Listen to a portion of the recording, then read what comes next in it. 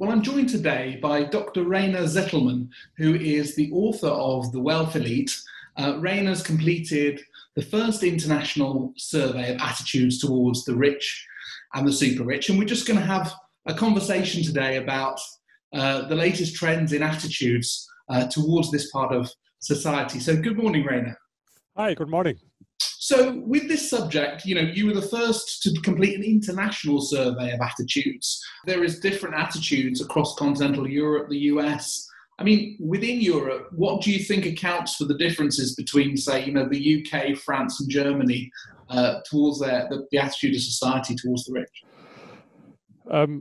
I want to explain a little bit what we did, because we calculated something that we called a social envy coefficient. And I think I have to explain what it is and how we calculated this. We asked the people a lot of questions, and then we saw that there were three groups. The one group we called the social envious, the other group we called the non-envious, and in the middle there were some people we called them ambivalent in the middle. And then we calculated the ratio between social envious and non-envious in every country according to our questions. And the result was the social envy coefficient. And the higher the number is, the more envious is a country. So, and if I tell you now about the result, French people were those people who were most envious. It was 1.21. One would mean that the amount of envious and non-envious is the same. This was in Germany around. It was 0.97. And then came United States with only 0.42. That means people in United States are much less envious than in France and Germany. And then UK, where Europe-based, it was only 0.37. So this is the opposite, are French people and people in UK. And I think this is a very interesting aspect, because if you analyze the numbers, the share of envious and non-envious, it's almost identical between United States and UK. But a huge difference to Germany and France.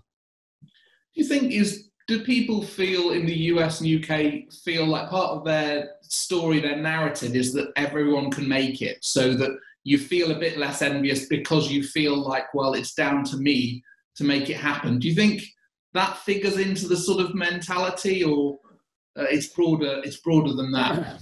Yes, to be more precise, it was the story, but something's changing now. You see it in the United States. If you compare the attitudes toward rich people between different age groups, then you see in the United States a huge difference between younger and older people.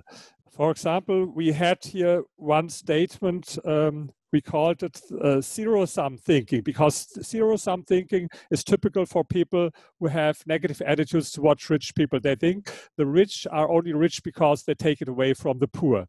And so we presented them the statement, to what extent do you agree with the following statement? The more the rich have, the less there is for the poor.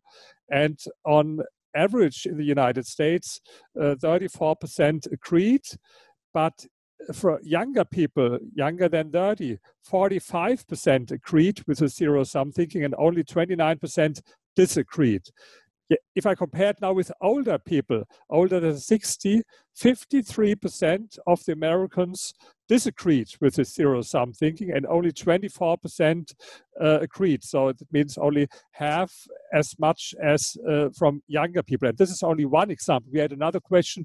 It was, what do you think about rich people? What do you think about the statement, rich people are usually good in making money, but usually they are decent people? Yes, or not decent people. And so in the from the younger Americans, 40% agreed with the statement, rich people are usually no decent people, but from the older Americans, only 15% agreed with the statement. So it is with a lot of other questions. And this difference between age groups there is not such a big difference in Europe. On the contrary, if there is a difference, as it is in France and in Germany, the difference is much smaller, and then it's the other way around, so that younger people are a little bit more positive towards rich people, and older people are much more critical against rich people. In UK, it's so you see it's with some, it's not really clear. With some questions, younger people are more positive. With other questions, more negative. But for younger people in United States, it's very, very clear that whatever question you ask them, it's always very negative toward rich people. And what do you think that means for the future then? Do you think those young people will retain those views through their lifetime, or as they grow older, they might, obviously views change, but if they do retain those views, what do you think that means for politics in America? It create quite a different landscape. No, it's hard to predict because it is the first survey, but we had other surveys about the attitude of young Americans towards socialism and capitalism. And today we have a majority of younger people who support socialist ideas, and they are more in favor to socialism than to capitalism. And sure, you can ask whether this changes. There's the saying, if you're 20 and no socialist, you have no heart. If you're 30 and you're still socialist, you have no brain. Whether Church or who else said it, it's true for myself, for example. So when I was young, I was very extreme leftist. As a teenager, I founded a Maoist group at my school, and so that later I turned more to pro-market liberal, and so this can change, but and it's hard to predict. But I have doubts whether this will change. Maybe for some it will change, but you asked what will happen if these young people will not change their attitude that they have today. This will be very, very dangerous for the United States, because the fundamental, there was always the belief in that everyone can make his own way, a pro-capitalist attitude, and that people admired rich people, that the rich people were role models. And so this was the traditional American attitude, as you see today with people older than 60. But if this changes fundamentally, the whole system will change in the United States. And I think this is something that a part of the Democratic Party, like with Bernie Sanders and Elizabeth Warren, and so what they really want, they call themselves socialists, or maybe they want at least something that is to compare it with a European welfare state, and I think it's dangerous for rich people as well. And this is I think a key message, maybe interesting for your audience as well, that rich people should be very sensible, because everything always begins with words, but words can become deeds. I'm an historian, and this was always the case in history. Look, for example, with other prejudices against minorities, like with Jewish people, for example. There have been always prejudice and negative stereotypes about Jewish people. But when there were big crisis in the society, like the plague in the Middle Ages, for example, or then the economic crisis at the end of the 20th.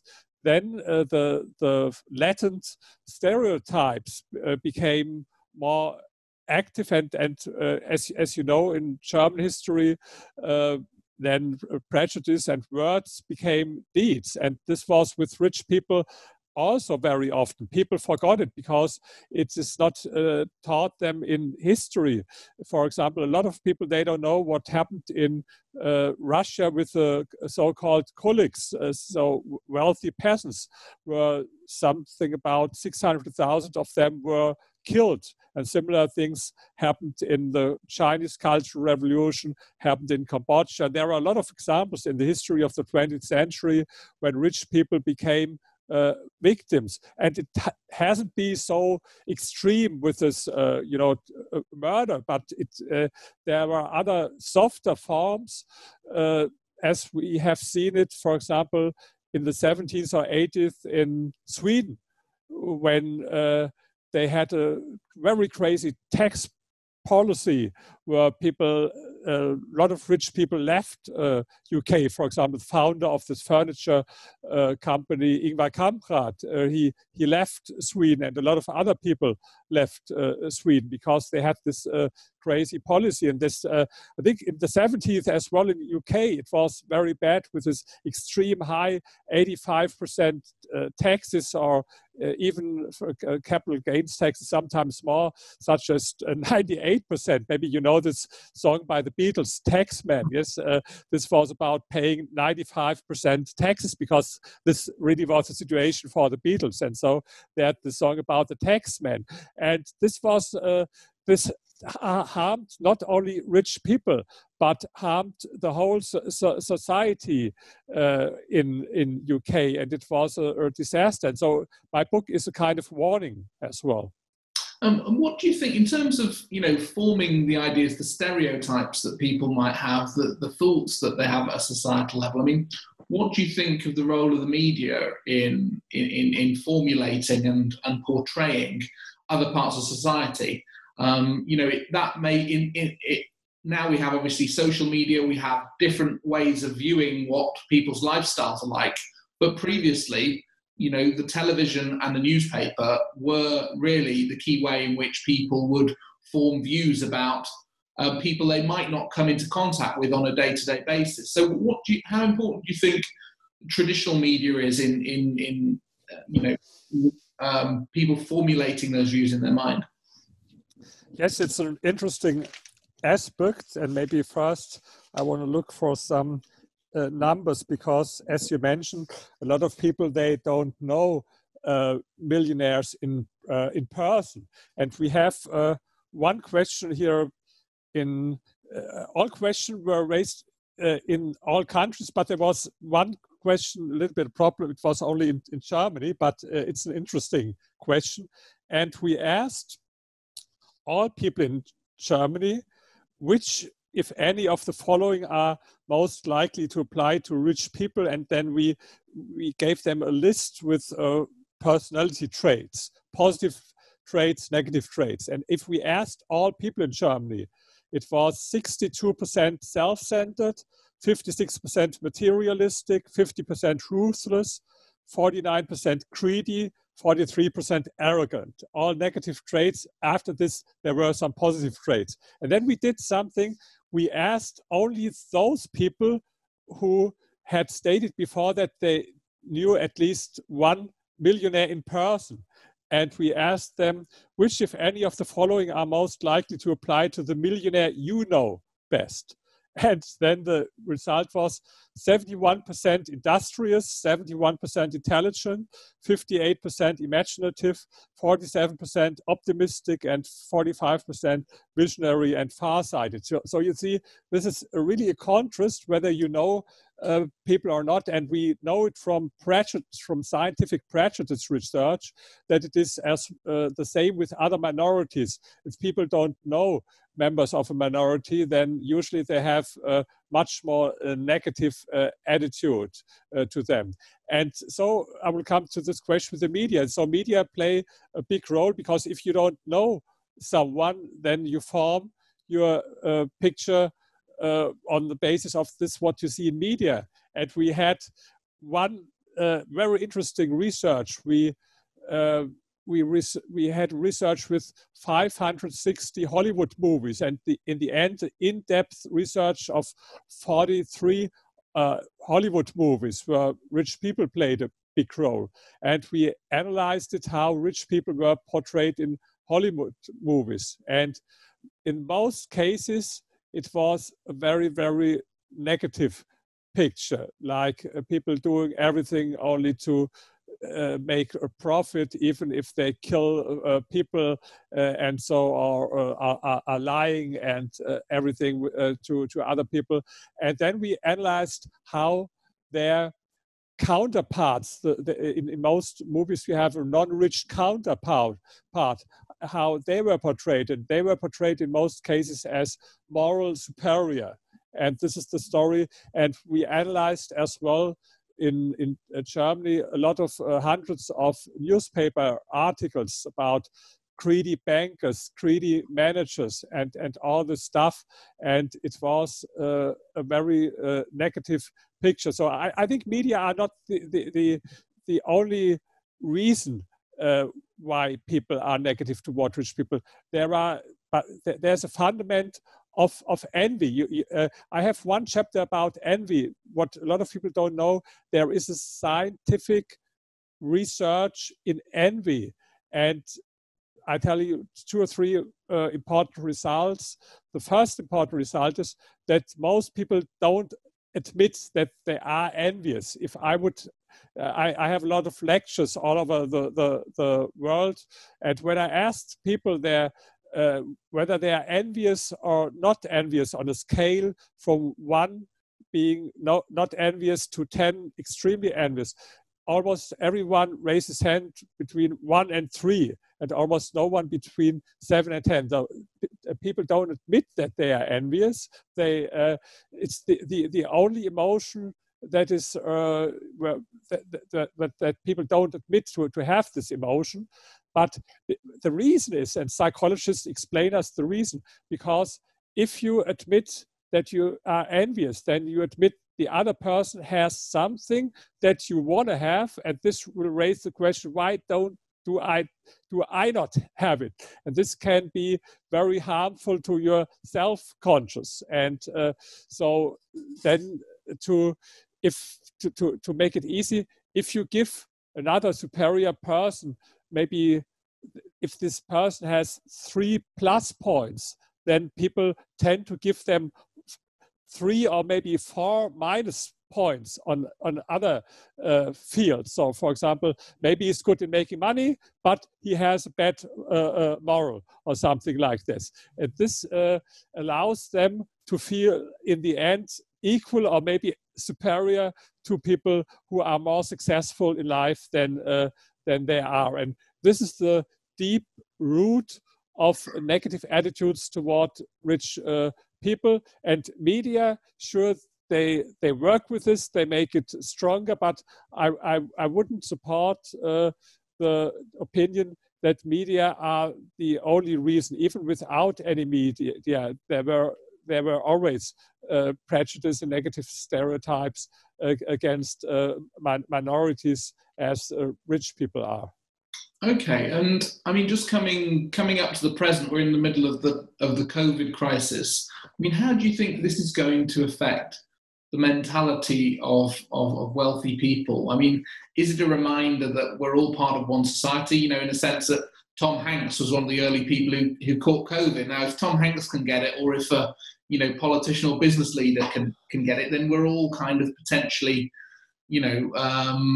in the same boat. It's an equalizer in that can affect everyone. Or do you think that it will make people think about, that they need to become more isolated and more carefully manage who they come into contact with? What do you think the impact of COVID will be? Yes, I think there are 2 aspects. By the way, I wrote some articles about it at Forbes. Maybe to your audience, I have a column every Monday at Forbes.com, and there I wrote some articles exactly about this topic. Yes, and I think one important point is, in every crisis, people are looking for scapegoats. I mentioned this before, in the Middle Age, when Jewish people were scapegoats. It was in the financial crisis, 2008, 2009, when so-called greedy bankers and greedy managers were scapegoats. And it's always when something is complicated, like financial crisis, very hard to understand. And I think 99% of the people don't understand what happens. And then if you make it easy for them and you tell them, he is guilty, he is the scapegoat, this greedy banker, what is as logical if you would say the cause of the crash of the airplane is gravity, which is what is true in a way, but it's not a good explanation for this. And so it was now as well in the corona crisis. We saw, for example, in Germany, we have it very, very strong, a campaign against Bill Gates, who is one of the richest people in the world. And Bill Gates, by the way, he did a great job in fighting against poverty and disease. And he warned exactly that something could happen like the coronavirus crisis. He warned 5 years ago. But now the story here in Germany is Bill Gates made this coronavirus to get much richer with producing a vaccine against it and all these stories. Yes, and it's again rich people as scapegoats. Or there were other stories that especially in mixed with anti-Semitism, that the Rothschild family was responsible for the coronavirus crisis. And when you mean it makes people equal, on one way it's right, sure, everyone can be infected with a coronavirus, from poor people to Johnson was as well in UK infected. But there are statistics that and I think they are correct, that poorer people are more often infected than people who are better well off. And if you have it, sure, it's better to be rich to be poor. It would be wrong to ignore it. That's the reason why people want to get rich and not want to get poor. And even if you are ill, it's better if you are ill and you are rich than if you are poor.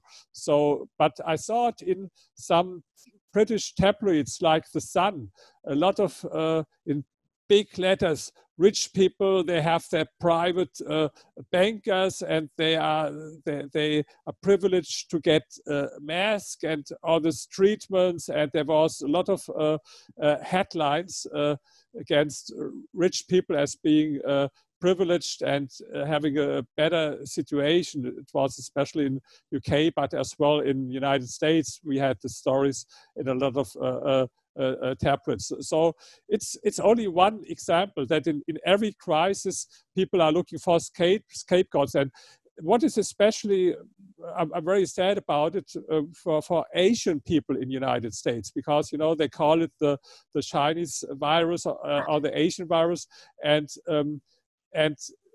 there are a lot of prejudices anyway against Asian people in United States. We know it from prejudice research, and it has also something to do with their economic situation, because if you see the income pyramid in the United States, it's black people, Latino people, white people, Asian people, and Asian people earn even 40% more than white people.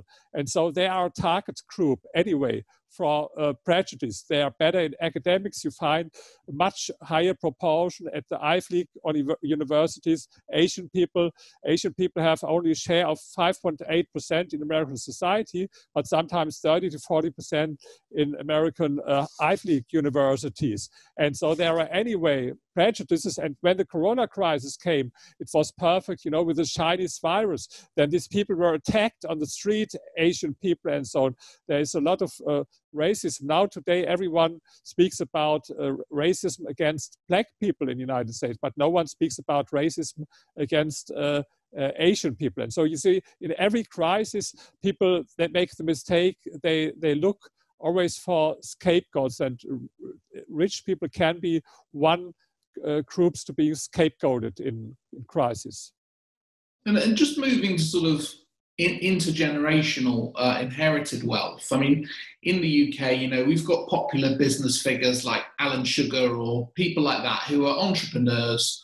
People understand that they've, put a lot of energy, insight, they've had the creativity and drive to make wealth. But, it's then people understanding, okay, well, not only Alan Sugar, who they understand deserves to have the spoils of, his work, but, should Alan Sugar's great-great-grandchildren be able to benefit from his endeavours? And I just wondered your perspective on, intergenerational wealth, particularly going further than not just your own children, but, cascading down into the future. What do you think about attitudes towards that? Yes, we had one question. We asked people, who do you think deserves to be right? And we had different groups like entrepreneurs or heirs as well, or lottery players or sportsmen or actors and bankers, real estate investors. We had a lot of different groups in all countries. And I think it's logical that there was a higher share of people who said entrepreneurs deserve to be rich than heirs, for example.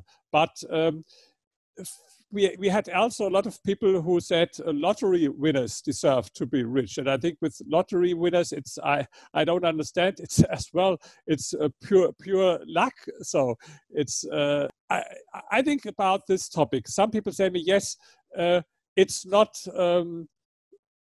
a sign of justice if someone, is born and has advantage that he has better situation as other people. If you get money from your parents or maybe from your grandparents, and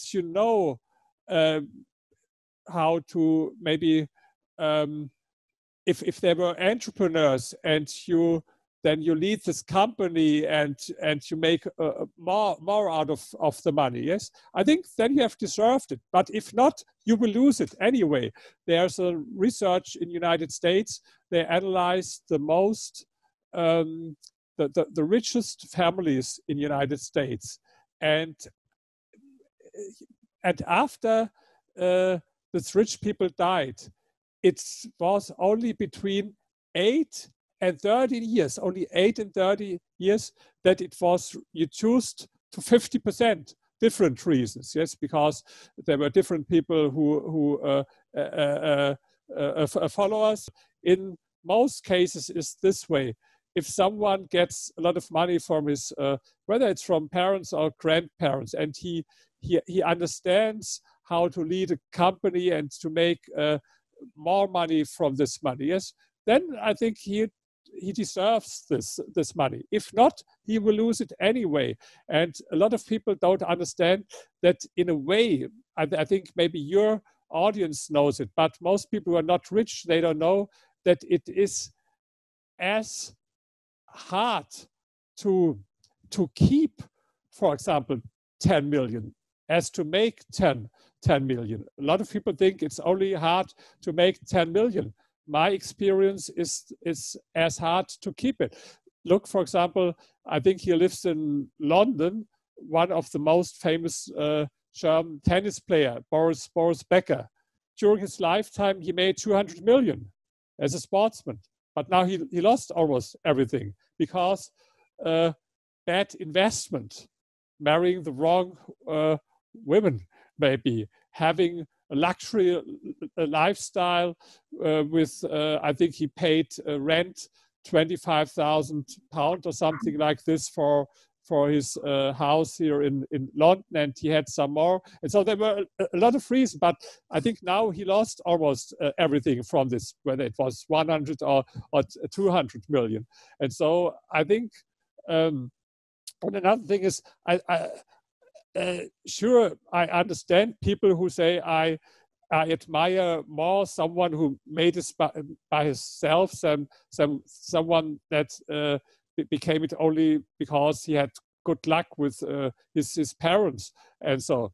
But I think you should focus more on how to learn how can you make money, and so this book we spoke about today. This is The Rich and Public Opinion, the title. But before I wrote another book, and this was you mentioned it before in the beginning, The Wealth Elite, and this was a study about the psychology of super rich people. And I found out that there is a relationship between personal traits on the one hand and financial success on the other hand, and that it's due to special, attitudes and things that someone has, and whether he makes a lot of money in the end or not. And you can learn from the successful people. And I think this is more effective for you if you look, what can I learn from people who made a lot of money, than to ask who deserved it and to being envious. I mean, do you think that those who inherit wealth, it can be a burden for them, in a sense of, if you've got sufficient money, not too much, not too little, you don't really think about, you don't have money worries, but you can do everything you need in a normal way, but you've still got the drive to go out there and build something for yourself. I mean, what's your perspective on, you mentioned how difficult it is to keep money you're given, and that must be, in a sense, a cause of, anxiety, given that people with this money, do have concerns about security, about relationships with people, that people with a modest amount of money just simply don't have. So what's your perspective on that?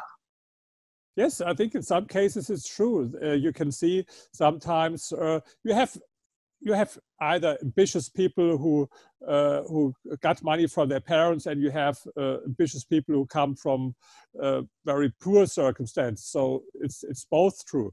But sure, in a way, it's harder. For example, I'm myself a multimillionaire, but I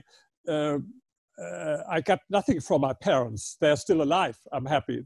My mother's 87 and my father 91, and they are not rich. They are not poor, but I would get maybe only some 10,000 euro if I get it. But I told them, please give it to my sister, because I have a lot of millions. I have enough. So, but sure, I think for me it was an advantage.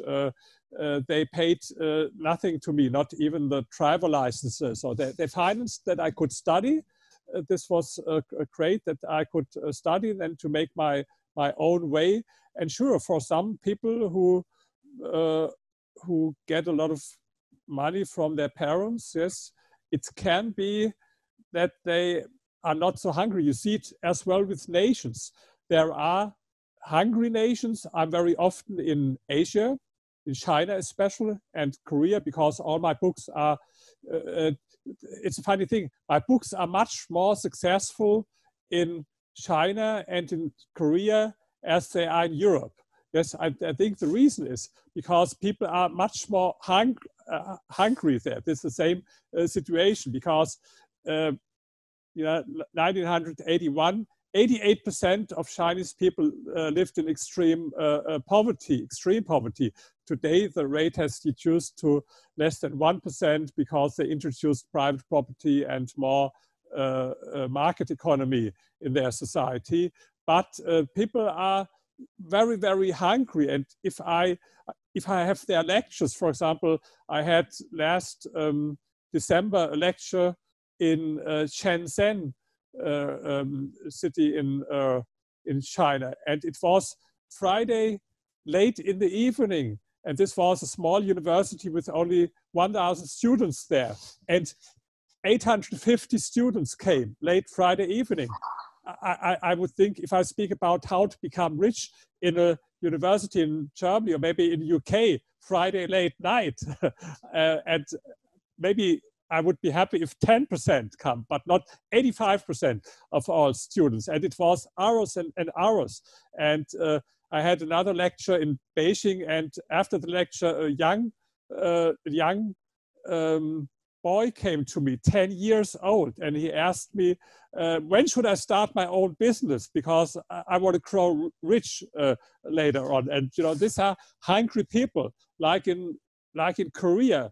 There are I admire them, Asian people, because they are so ambitious. And we here in in Europe, we are sure there are, fortunately, there are hungry people, but not as many hungry people as there. And this is the reason why my books about how to grow rich and so on are very successful in India, in China, in Taiwan, in Korea, much more as in Europe. Great. And many thanks for joining me today. Very interesting discussion. And thank you once again, Dr. Rainer Zitelmann. Yes, thank you very much.